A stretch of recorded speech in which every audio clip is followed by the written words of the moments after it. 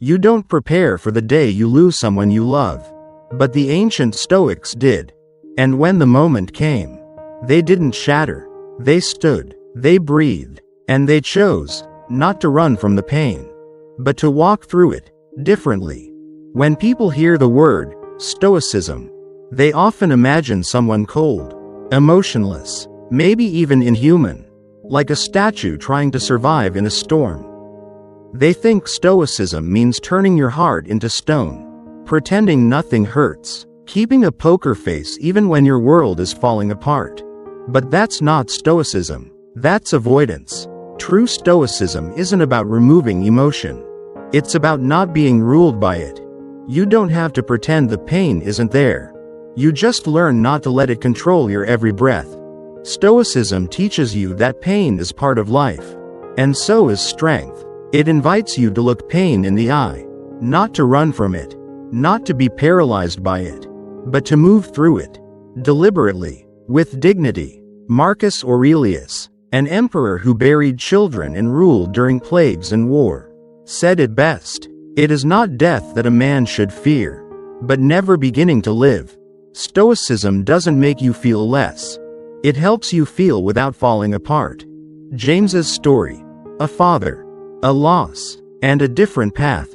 James had always believed that life, no matter how unpredictable, followed a certain rhythm: birthdays, school days, sleepy Sunday mornings with cartoons, and holding his daughter's tiny hand on the way to the park.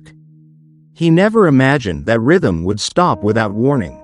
But one afternoon, it did. His 7-year-old daughter, Ellie, came home from school, said her chest hurt, and by nightfall, she was gone. An undiagnosed heart condition, the doctors said. There was no time to prepare, no sign to notice, no moment to say goodbye. For weeks after, James didn't know who he was anymore. The house was quiet, but his head was loud. He couldn't look at Ellie's room without shaking. He couldn't open the fridge without seeing her favorite juice. People told him, time heals. But time didn't move. It just sat still and stared at him.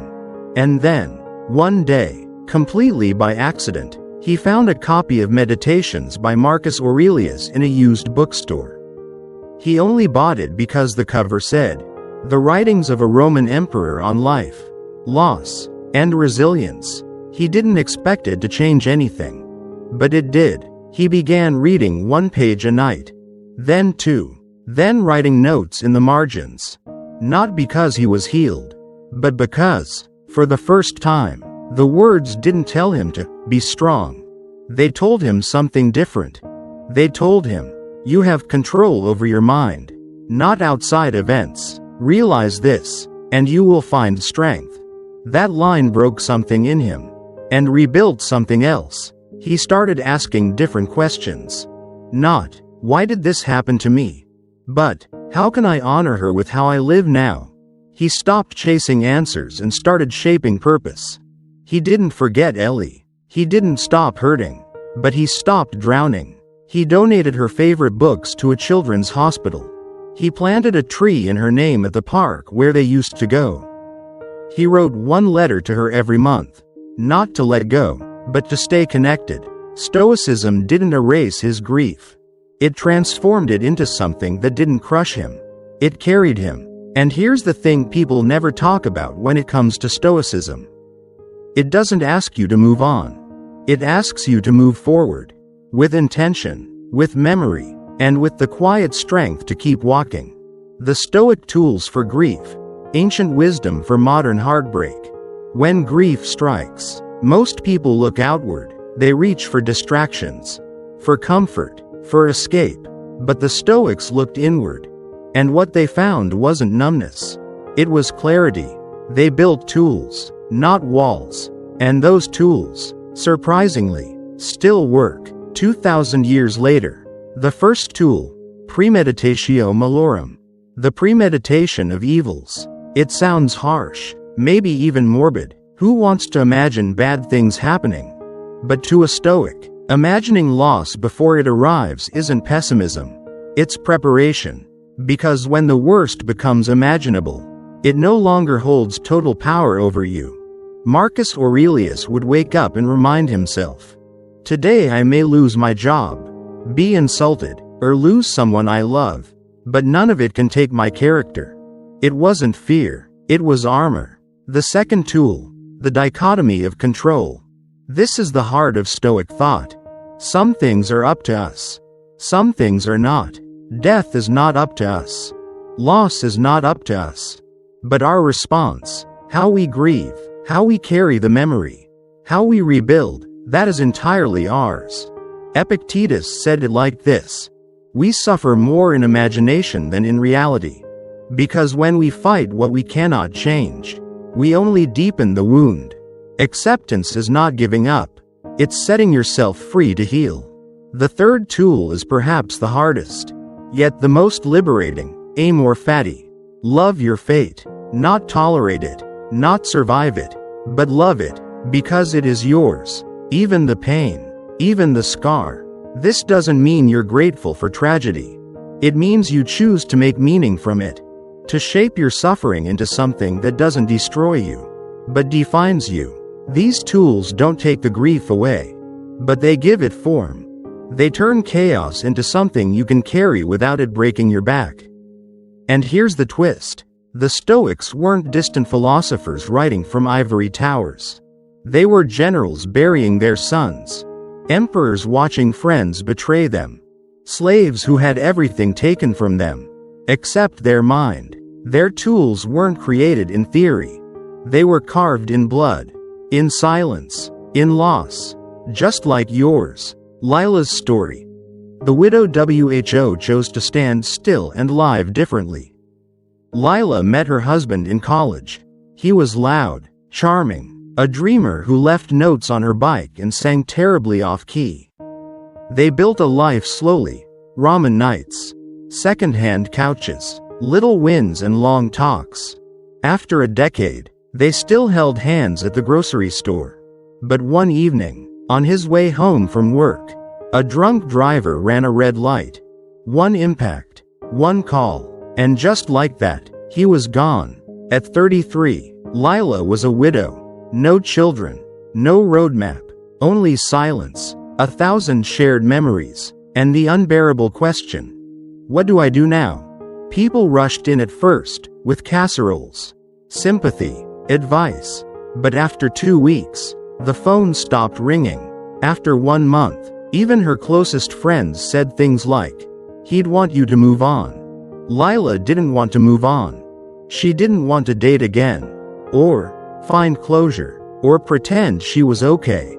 She wanted to sit with the love and the loss. Both. To not be rushed through the most sacred heartbreak of her life. That's when she discovered a podcast on Stoicism. A voice said, "Grief is not an obstacle. It's part of the path." She paused the episode, rewound, listened again. That sentence hit her like a lightning bolt. Because no one had ever said that. Everyone else had tried to fix her grief. The Stoics? They told her it didn't need fixing. It needed facing. So she did something radical. She stopped healing and started feeling. She kept his shoes by the door for a while. Not because she was stuck, but because it helped her breathe. She journaled every night, not about him being gone, but about what he taught her, what he loved, what he laughed at. She read Seneca in the mornings, especially this line, "He who fears death will never do anything worthy of a living man." She didn't become a monk. She didn't become a guru. She still cried in the shower.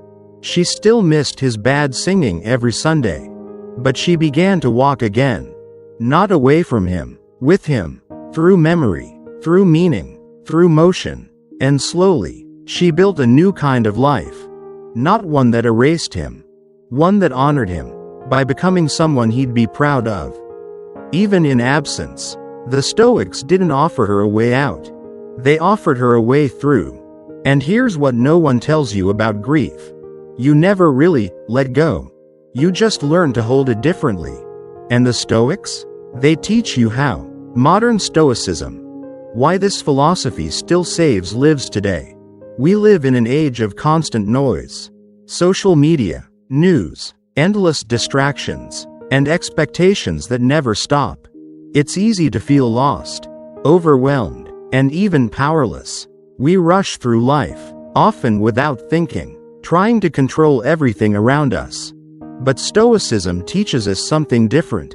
It teaches us to focus on what we can control, and to let go of the rest.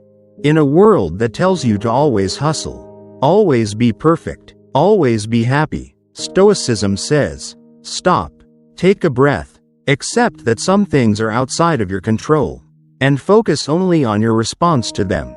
Think about it. When you lose a job, Stoicism doesn't tell you to ignore your emotions or suppress your fear. It tells you, you can't control the job loss, but you can control how you respond. You can choose to rebuild, to adapt, to learn. When a loved one dies, Stoicism doesn't ask you to forget. It asks you to remember. Yes, but to remember with purpose. It encourages you to live in a way that honors their memory, by making the most of the time you still have. To not waste time lamenting the things you cannot change, but to focus on how you live now. Because, as the Stoics said, what we do in life echoes in eternity. Every moment is a choice, and the Stoics teach us how to choose wisely. You might be thinking, but I'm not an emperor. I'm not a philosopher. I'm just me. And that's the beauty of Stoicism. It's not about grand gestures or lofty ideals. It's about everyday decisions. It's about how you choose to react when life doesn't go as planned. It's about how you choose to live, moment by moment, even when the world feels out of control. In today's world, where everything is instant and fleeting, Stoicism gives us a timeless way to stay grounded. It helps us face life's hardest moments with a calm heart and a clear mind. It teaches us to be present, not just for the good times, but for the challenges too. Because here's the secret the Stoics knew. The greatest opportunity for growth often comes from our most painful experiences.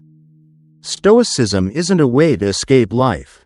It's a way to live it, fully, intentionally, and with grace. And in a world that demands so much from us, that's the kind of strength we need.